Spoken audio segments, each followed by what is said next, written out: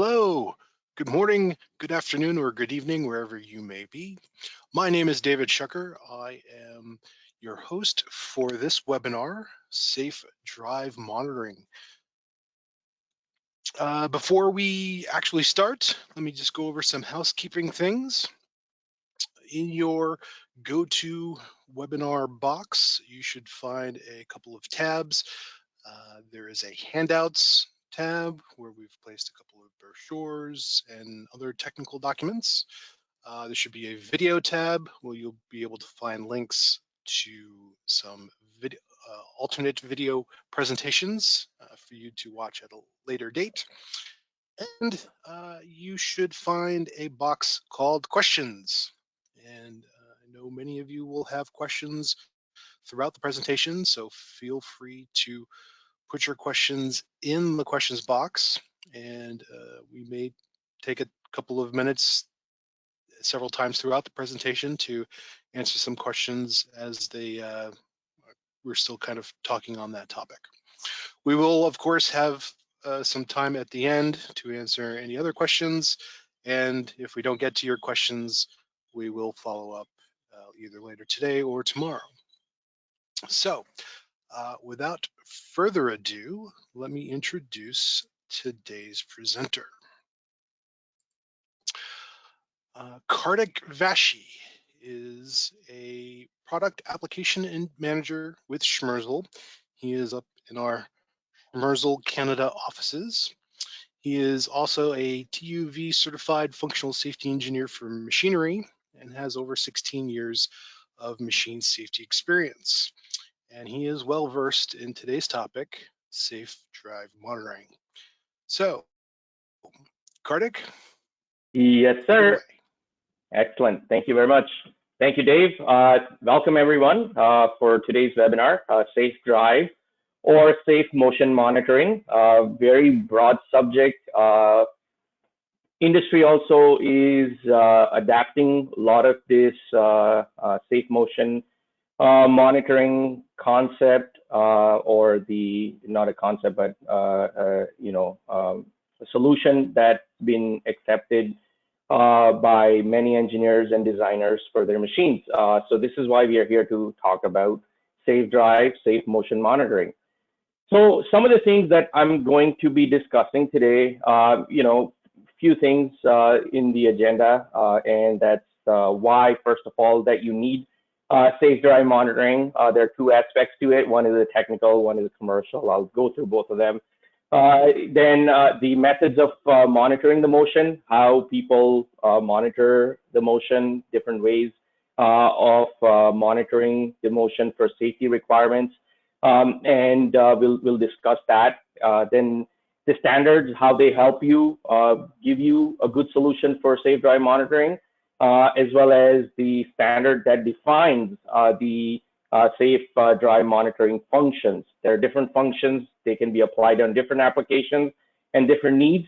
So you are flexible in your applications when it needs to minimize the risk, yet staying safe, and utilizing those different safety functions that are available. Then we'll talk about products, what we offer from the products perspective. We have a standalone modules. We have our Schmersal integrated solution with a PSC1. There was a webinar done on the subject of the PSC1 overall. Today I will dive into specifically about the safe drive monitoring functions of the PSC1. So if you haven't watched our earlier webinar, please feel free to check out our YouTube channel, and you will be able to find a fantastic webinar done by Nick Styler for the PSC1. And today I'll jump in more towards the safe drive monitoring features of the product. Then we'll discuss throughout the presentation when I'm describing the safe drive monitoring functions. I will be talking about some applications, and at the end, I will also be talking about some applications before I move on to the resources that are available to guide you further to solve your safe drive monitoring function or safe drive monitoring application. So the first thing first, why? Why safe drive monitoring function, right?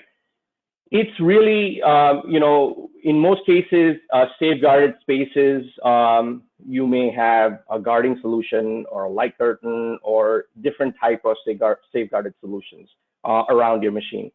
But some way or the other, or sometime or the other, you need to intervene.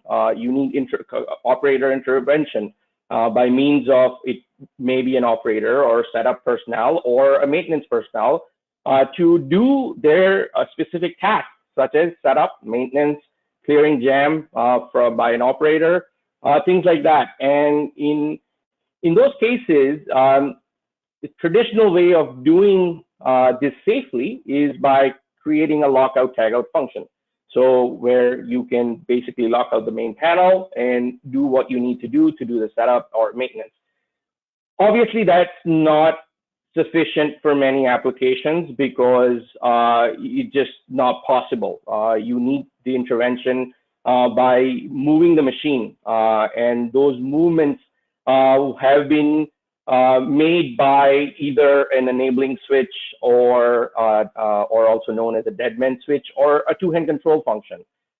So these are some of the safety measures that could be applied by having you opening the door interlock, for an example, and running the machine with a dead man switch or a jog switch. But if you are a designer, there is a way to significantly reduce the risk by limiting the speed movement on the machine.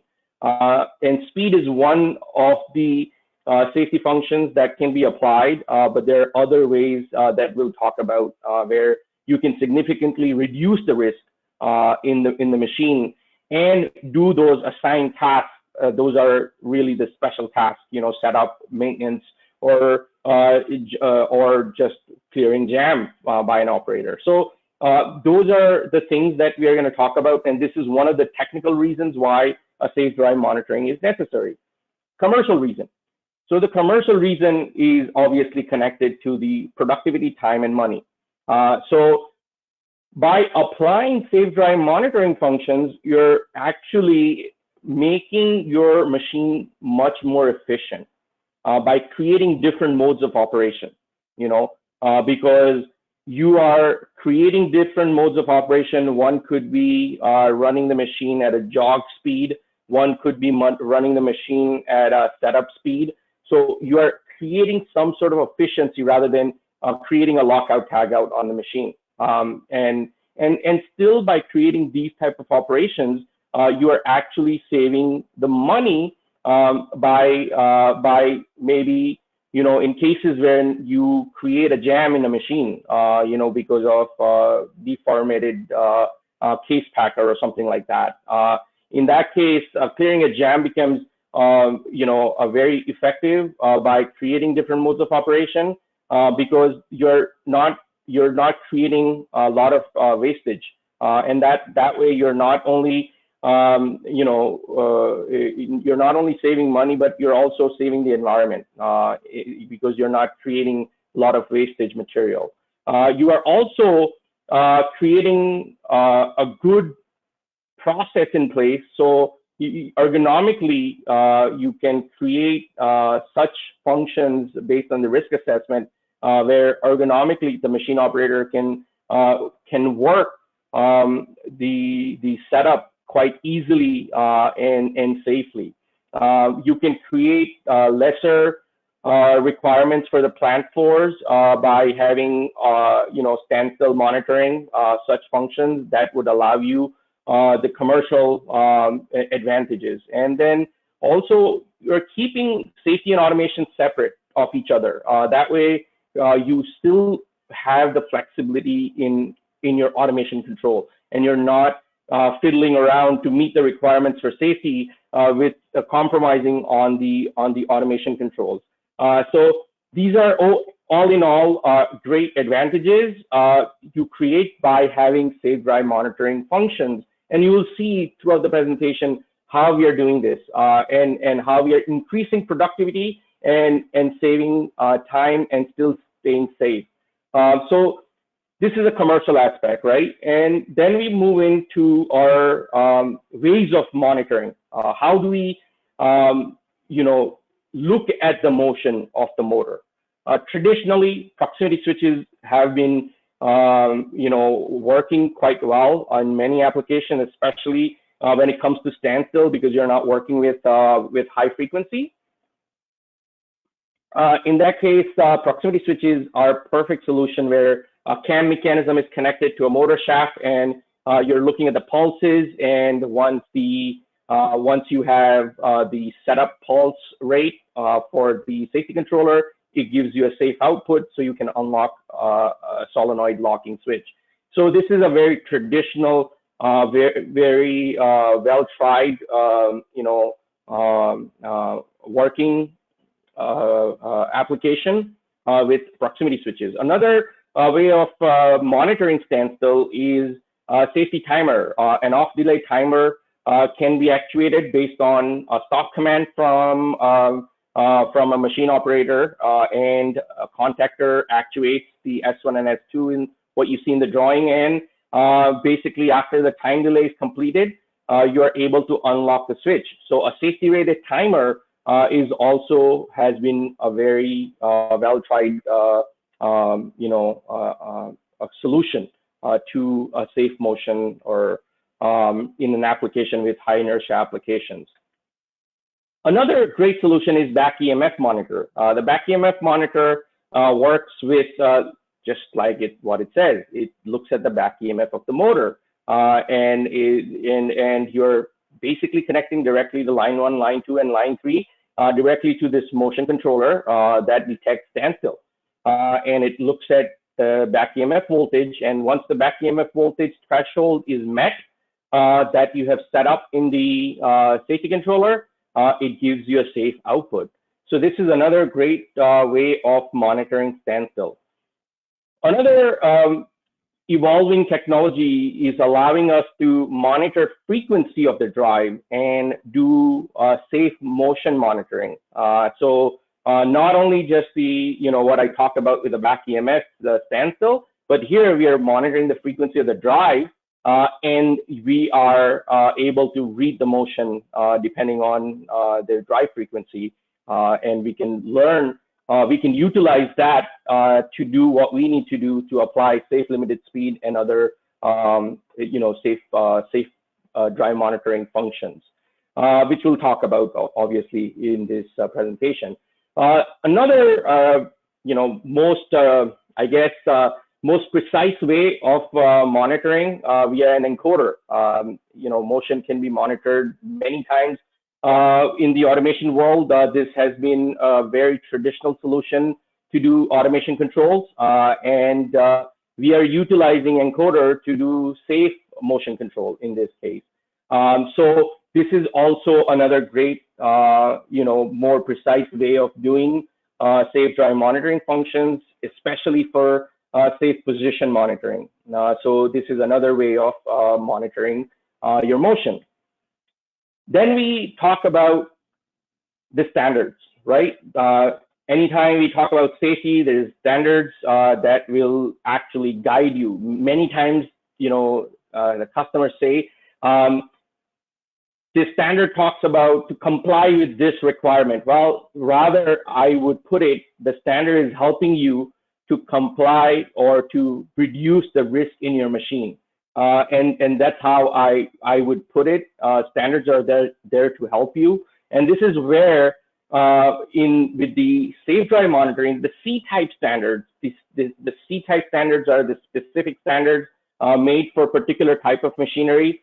In this case, for an example, I have the EN1010, which is there for printing and paper converting machines. And the safe speed when you are doing a setup has been defined to be 167 millimeter per second or 10 meters per minute, which would allow you to safely open the door and run the machine at a low speed, and low monitored speed by some of the products that we are going to talk about, That way you can safely set up the machine for an adhesive binder in this example. But there are many other machines that are C-type standards that can be utilized for your specific application.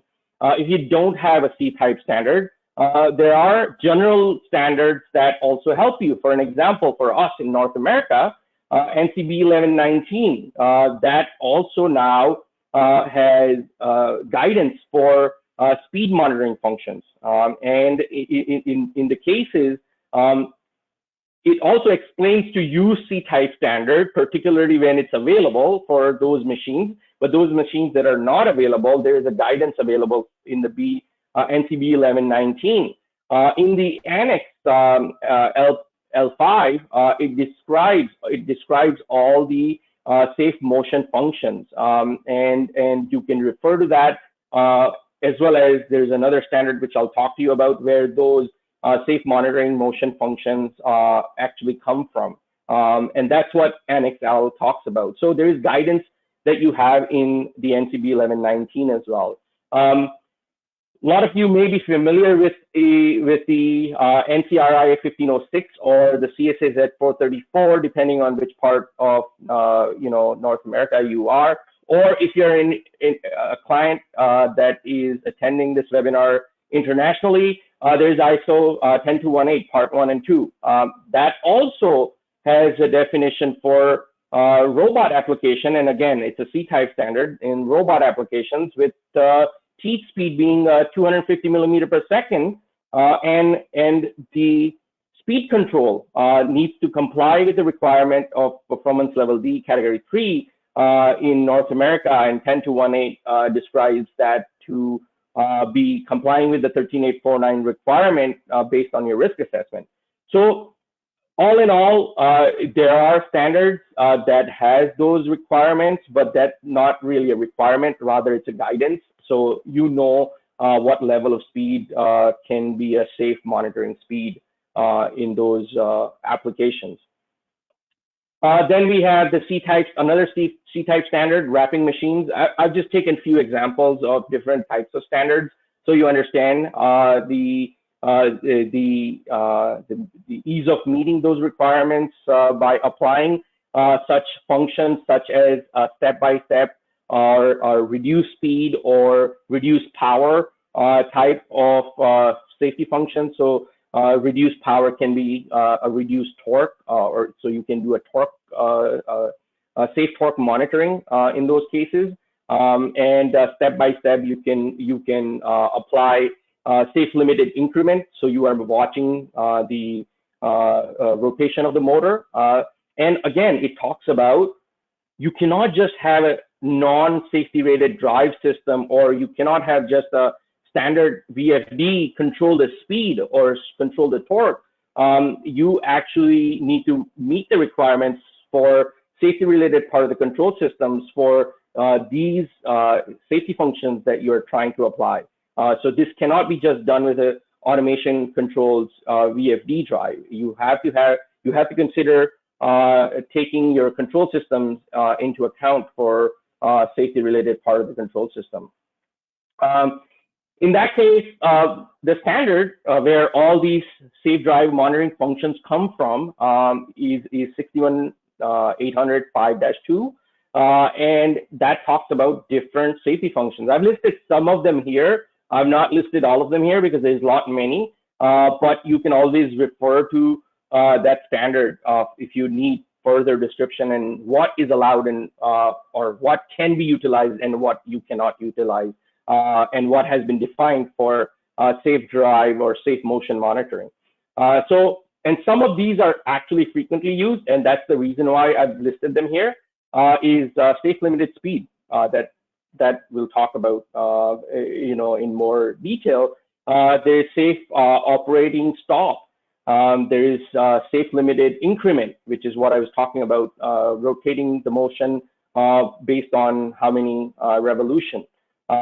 Safe direction monitoring could also be a very good safety function, and safe limited position is another safety function that can be applied, and that may require precision. and that may require some absolute monitoring with an absolute encoder. So the first thing first, SOS. What is an SOS? Safe operating stop. In many time, for those people who are in the machine tool industry, this may be something that you already use and you may not know, or you may want to apply this to make things easier, more effective and efficient, because this way you don't have to power down the drive in cases where you're just loading and unloading the part from machine from the machine tool, a CNC machine, for an example. In the CNC machine, this SOS function would allow you to stop the motion where VFD of the drive system can still be having energy to it, and you would have a constant monitoring via an encoder, where if there are influences externally that fails the system, then you apply the SOS function, which is a safe operating stop, and you apply STO after, so you are completely shutting down the VFD if there are external influences. In that case, the SOS, safe operating stop, can work really well because you're holding the motor in place without de-energizing the VFD. So a great solution with a lot of applications, but machine tool could be a relatable application in many cases. SLS function, safe limited speed. As I talked to you already about the robot standard, and some of the packaging machines can also utilize this for clearing a jam, where you're running the machine at a low speed, and that low speed can be set up with an automation PLC, but if that low speed fails, then you have the safe motion monitored by safety components or the safety controllers that I'm going to talk about. And if it exceeds that speed, you apply STO function, so you're immediately shutting down the motion, which could be via the VFD or contactor, depending on the system that you have, or if you have a servo system. But all of these functions can be utilized for many different applications. I'm just giving you some examples of what they are so you can relate to it.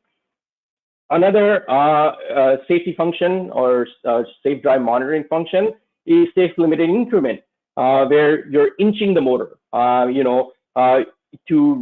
For an example, even in a robot standard, to meet the requirement with the safe limited speed, you may want to inch the motor. That way you stay within the limit of the 250 millimeter per second. Or a printing machine, or paper industry, paper converting industry, that requires feeding the material through multiple rolls, and that may, because of heavy motors, you may have too much torque. In that case, you may not be able to control the speed. In that case, the SLI, the safe limited increment, when you are inching the motor, so you are counting the revolution of the motor, 1 or 2, that you could set it up to the safety controller, which would allow you to run the motion and run the motion safely. If for whatever reason, from an external influence, if the system fails, you have fail-safe monitoring with this SLI function that would disable the drive with applying STO, safe torque off. Then you have safe direction monitoring that could also be useful to make sure the direction of the material. So it's not just safety purposes, but sometimes the material that you are passing through to do whatever it needs to do in the machine, you need to make sure the direction is proper, and it's not it's not going in a clockwise or counterclockwise direction, which has not been specified. So safe direction monitoring can also be a great feature and function which can be used in combination with other safe dry motion functions that I just talked about. Then we have safe limited position. So for an example, a crane application, where you want to avoid crane collision, where the travel of a couple of cranes are doing the material transfer.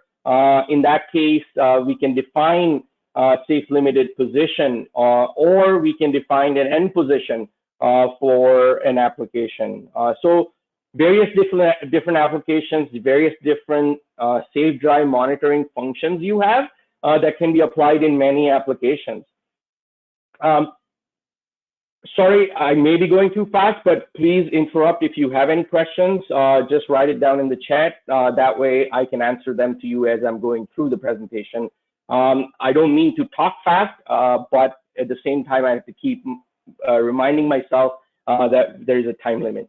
There is also references that are available on YouTube to clarify some of these features available. And if you go to our YouTube channel, you would be able to watch some of these safety functions that I just talked about in English or German language, and you are able to understand this further. If you have further questions, obviously we can answer those to you as well. But these are some of the safe drive monitoring functions that can be applied for different applications based on your needs. So now we talk about, how can we apply these safety functions? Which are the products that we have available? Well, we have a lot of products available, and I'm going to start with the standstill monitoring function, where you have to detect a zero speed and then allow the operator to unlock the switch because of high inertia application, or you may not even have possibly high inertia application. You may have process application, but you want to be, your process is so critical that it needs to be having a safety integrity, and it cannot fail in an unsafe condition. It has to fail in a safe condition. In that case, these modules can also be utilized. So the standalone modules, the first module that we have is the traditional way of monitoring things, which is what I talked about with proximity switches. In the past, we have had FWS series of products. Now we have the SRBE series, which is the electronic microcontroller based product, but still a standalone safety relay, which has now two functions. Instead of having two different possibilities of part numbers, now we have a single possibility to do two different functions depending on your application. If you want to utilize your proximity switches to monitor for standstill, frequency selectable from 0.5 hertz to 10 hertz, depending on the size of the motor, you may have a motion at 5 hertz, or you may have a zero speed at 5 hertz. In that case, you can allow to unlock the gate interlock. Another function, as I talked about, is the off delay timer. The off delay timer is also built into the same module, so you can use either or function from the same controller because it's a microprocessor based controller. Now we can select with a dial in the front the function that you need. If you want this standstill monitoring via proximity switch monitoring, or you need it as an off delay timer. So either or can be applied. Another module does the same thing, but you have additional function to it, which is to monitor the gate interlock as well. So a very nice, single module that can take care of two safety functions, either the standstill monitoring via proximity switch or an off delay timer, and monitoring of an interlock. And it really is a very nice unit, single unit, does it all for you. So you have the safety function one in this case, where the example is shown as off delay timer, and the S1 and S2 are triggered when a stop command is made, and your contactors open these contacts, and you start the timer. Once the timer function is ellipsed, you have the possibility with the Q1 by pressing the S3, you are able to unlock the gate switch. So a perfect latch unlatch circuit is built into this for a gate switch. So I personally, this is a very nice unit that does two functions in one safety controller, and it reduces your wiring and engineering cost, and also it saves you the panel space. So a nice little solution that we have been able to produce. Then we talk about the back EMF monitor for zero speed. That is the DN3PS2 from our partner company Dina. Very nice, very effective sensorless solution that would be able to give you the standstill monitoring.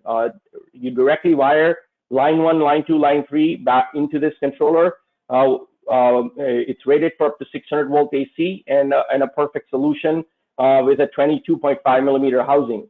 And it gives you a category of category 4 and a performance level E signal to unlock your gate interlock.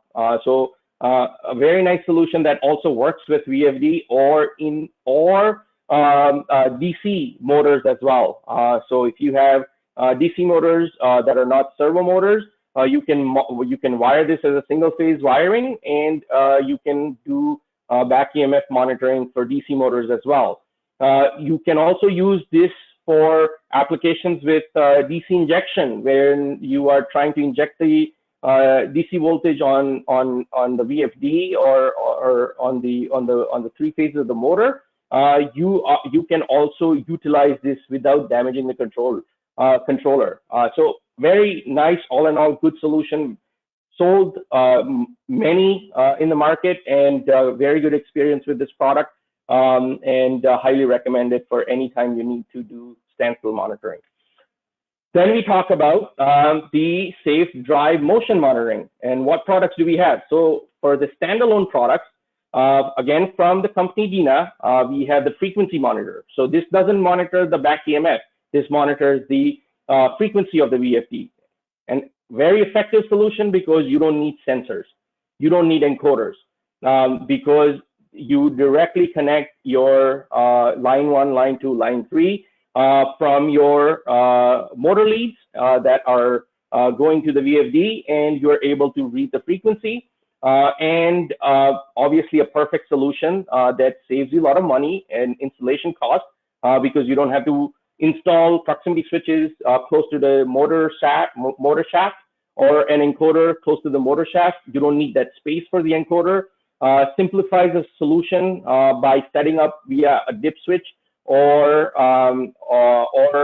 programming cable, USB cable to via self-explanatory software. And you can monitor the range for up to 1200 hertz. So you can take care of a lot of applications.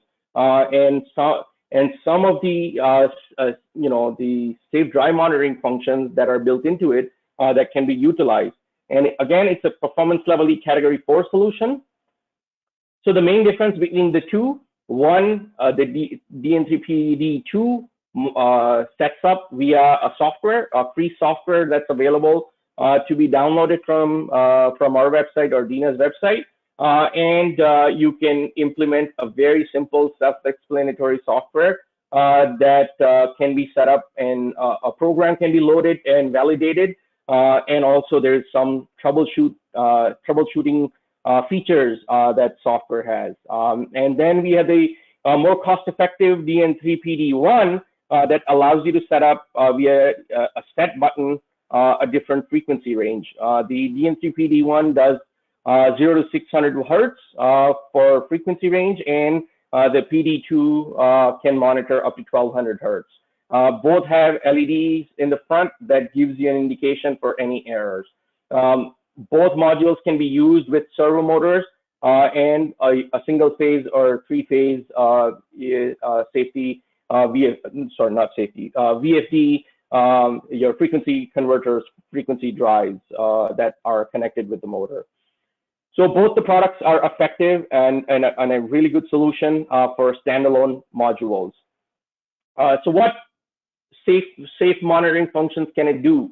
It can do SOS, safe operating stop. So it can hold the motor in place, or when you're holding the motor in place, it's monitoring that frequency and the consistency of the frequency, so that this is safe. Otherwise, an STO function is applied, and the safety outputs are opened, and you are disabling your drive system.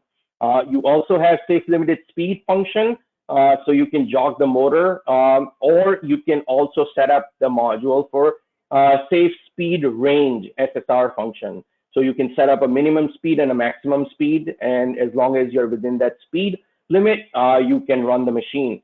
So again, it solves a simple solution, standalone solution, sensorless solution, solves many of your safety needs and safe drive monitoring functions.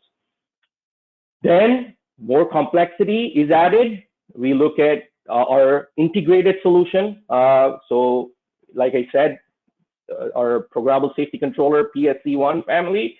The PSC1 family of product, if you want more details, like I said, please attend or please have a look at the YouTube channel and see the presentation that was done by Nick Styler. Fantastic presentation. And here I'm going to specifically dive into the safe drive monitoring functions. So we have the C10 family of products that has built-in safe drive monitoring function up to 2 axes, and C100 can do up to 12 axes. Depending on your needs and depending on the expansion capabilities, or depending on the flexibility that you need, you can choose either or option.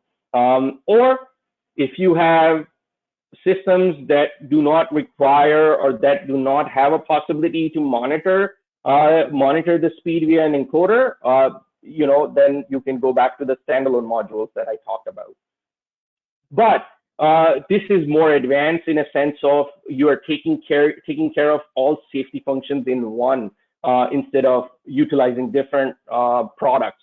So here we can monitor the motion via proximity switches, or incremental encoders, or sine cosine encoders, or SSI encoders with absolute positioning.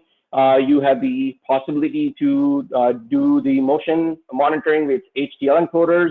You have the possibility to use resolvers. Lots of possibilities. I won't go into the detail. If you have an application, feel free to contact us, and we'll be able to help you. But when utilizing these components, you have to make sure all the mounting situations are taken into consideration. The dynamic range, the speed, how absolute you need to be. It's the type of monitoring that you need to do. You have to decide what type of component for motion monitoring you must utilize. So this is something that we can guide you through, but these are the questions you want to ask, and not just utilize standard proximity switches from the shelf, because you need high frequency depending on the type of motion that you're detecting. You would need a high frequency proximity sensor. So don't use 100 hertz proximity sensor. Use higher frequency proximity sensor, because depending on the cam mechanism you have on the shaft of the motor, this will be very important for you to look at these specifications for the encoder or proximity switches that you would be utilizing. So simply, the software takes care of the functions or the predefined functions. You just have to assign your axes monitoring depending on the type of encoders that you're using, or depending on if you're using proximity switches, you drag and drop the device and assign proper axes for the encoder assignment. It has fail-safe features to monitor max speed. So if something was to go wrong, you do have a possibility where you're not even monitoring the speed monitoring, but this is for the encoder monitoring, where you're defining the maximum speed level, so you know if something is going wrong or if there is a mechanical damage to the shaft. Those things can also be identified by assigning certain maximum level of speed. You also have the cutoff threshold for the increment, depending on how many the revolution that the encoder should or the motor the encoder should see every cycle of the motion that motor is rotating. Um, all those functions are built into the properties of the axes that you must implement. Then you also have selection possibility to do a linear encoder or a rotary encoder. So this is again something that you must take into consideration depending on the type of the application that you have. Um, and both are possible. That's what I'm trying to get to. And then simply dragging and dropping the safety function that you need to apply, being a safe limited speed or being an SOS function or safe cam monitoring for position control. All those functions can be applied in your logic. So depending on if you open the door, then activate the SLS function, which is the safe limited speed. You can assign the threshold for the speed in the software, and very simple, intuitive software that allows you to set up these safety functions. Not only that, but also certain safety functions take high priority. That means with us as a manufacturers of the controller, we have to define that as an alarm. So if it's an SLS function, SLS safe limited speed is it takes a high priority in the list of safe drive monitoring functions. In that case, it creates an alarm, and the alarm can also be reset by the internal reset button that you have assigned to do the reset for the safety function, but it also resets the alarm of the controller. That way you don't have to power down the controller and power back up. The same reset button actually can be resetting your safety controller when there is a function that's triggered for safe limited speed. So again, most of the things that you would come across have been taken care of, taken care by us in the software. Another thing that we can do is also transfer this information to the higher level PLC, and that maybe higher level PLC may have a signal that may be opening the solenoid switch, or you may have a status signal back into the HMI. Those are some of the things that can be considered and that can be taken into account. These are some additional features that can be utilized from the Safe PLC2 software into the PSC1.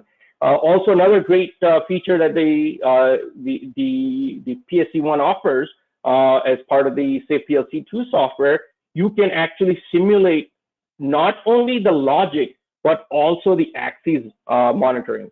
So you can actually have a speed and acceleration assigned to it, and you can apply and actually see if your application is working correctly. This is a great simulation function that the software offers.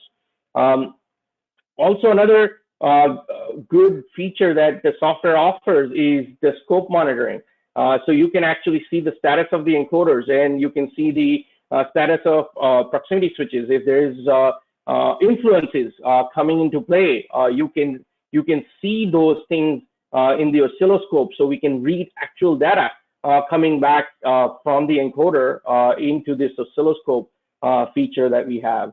Also, you have mechanical issues that are happening that can be watched, or if you want to learn the ramp down condition of your drive, how long it takes to insert that in the STO function, you can learn all those things via the software with the scope feature. So it can see the live status of the encoder. So these are some of the products that I just talked about. Now, applications that you can apply these products to. We have the wrapping machine, the machining center that I already talked about, the machine tool industry. You have the packaging machine. You have printing machines, woodworking machines.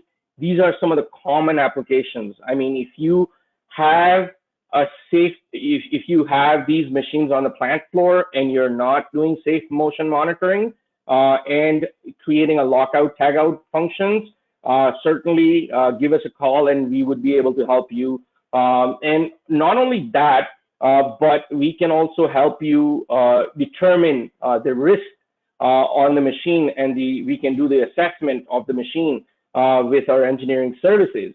So that brings me to the topic of how you can identify these applications. And this is where it becomes important part of the risk assessment, and where you can utilize our engineering services, where we can identify different modes of functions based on talking to you.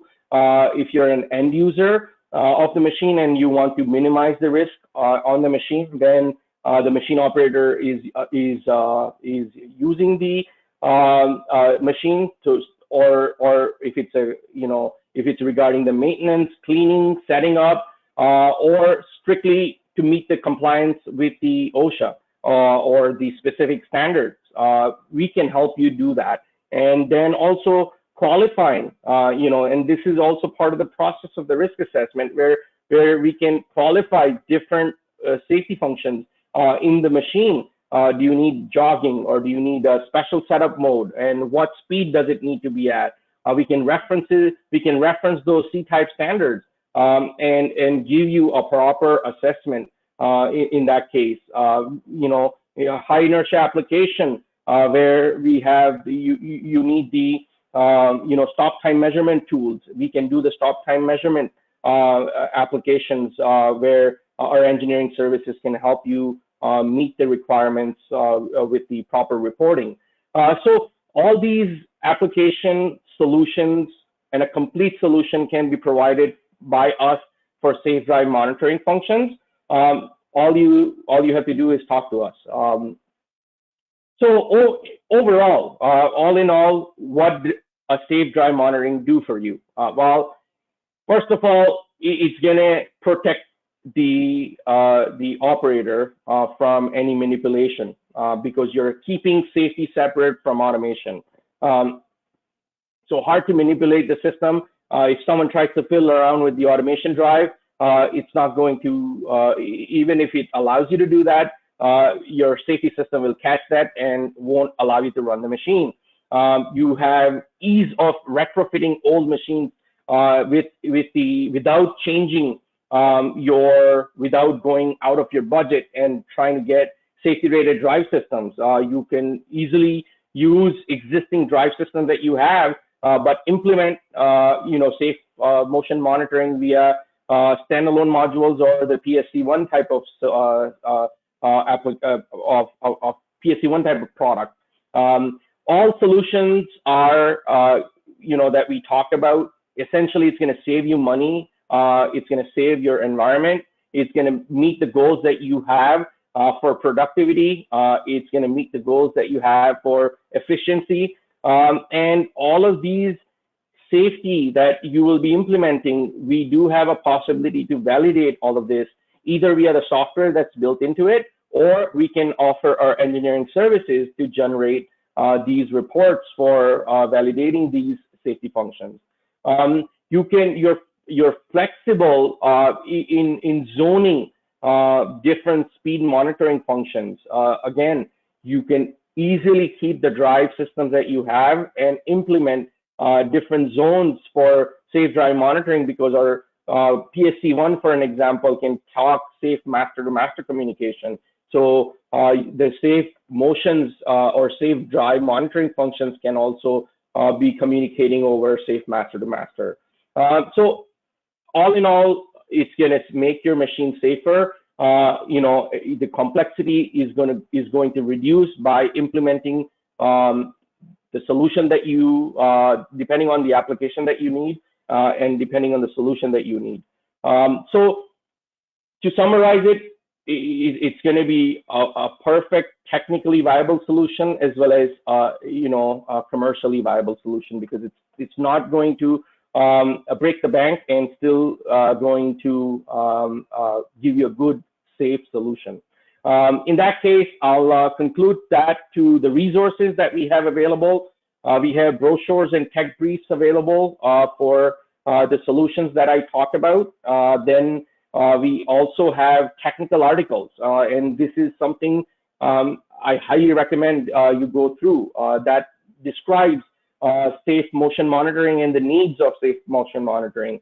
Another great article that talks about practical safety solution for setting up mode, and it not only just takes the solution is in aspect, but also the type of encoder, technologies that can be combined without the use of safety rated encoders. It's a very good white paper that's available. You want the basic understanding of safe drive monitoring. There is another technical article about the safe stop and the safe drive monitoring functions and different things that we just talked about. Just clarifies it in further detail. So these articles are available to you on our website. We also, as I mentioned, YouTube videos are available. The 7 videos of the safe drive monitoring functions that you can watch. The help, after sales help, you have the videos available for the DN3PS2 back EMF monitoring, and also the DN3PD1, the setup for safe limited speed or safe speed range, or SOS type of functions. The PD1 setup video can also help you. So overall, a perfect safe drive monitoring solution we can offer. At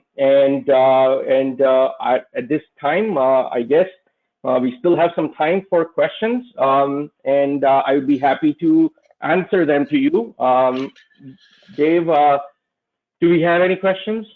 Yes, we do. We had a couple pop up during the session, but I felt that better to save them to the end. But if anyone who's still here has more questions, feel free to add them into that questions box, and we'll see if we can get through them. And if we can't, we'll obviously follow up either later today or tomorrow. Yeah. So first question for you, Kartik, is a technical one. A VFD STO still has power to the VFD motor, but it has no torque. So how would the STO monitor actually work? If I understand this correctly, so the VFD STO still has power on the VFD motor. You are actually, when you're applying STO function, you are de-energizing the line voltage that's coming into the VFD. So you are actually disconnecting, and depending on what you're talking about, if the STO function is built into the VFD drive, then you're not de-energizing anything. It's internally de-energizing the drive. You're not doing it externally. But if the STO function is external, then the output of the safety relay would apply with a time delay to create a ramp down condition and apply the STO function. So depending on the drive that you're using, if the STO is built in, you don't have to do anything. But if the drive doesn't have the STO function built in, then that is being done externally from the safety controller by the time delay and the ramp down condition that you need to create. Okay, one other question's come in. After function worked, speed limit reached, how can we reset the function? Can it be done by an outside reset button? Yes, it can be done. And the example that I showed you actually has the reset button that is the reset button wired to the PSC1. And you are actually resetting with the same reset button as you are resetting other safety functions. So I'm assuming that you're asking, can the external reset button If that external reset button is a PLC, it's a signal from a PLC that you're talking about. Yes, if you have a PSC1 that has field bus communication available, then we can write that reset function externally and apply that with the internal reset function that we have. From an HMI, for an example, you can utilize a reset button to reset the safe limited function externally, if that's what the question was.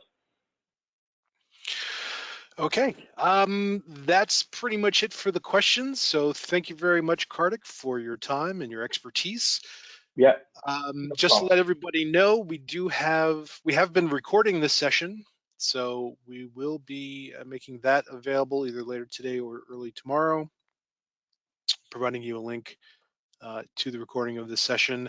And as I mentioned at the start, we do have a couple of documents that you can download and some links to videos in our GoToWebinar dashboard there. And once we complete the session, there will be a brief survey if you can fill that out to provide us some feedback. So thank you all for your time and have a great day. Excellent. Thank you. Thank you, Dave. Thank you for arranging this. And thank you, everyone, for attending the webinar.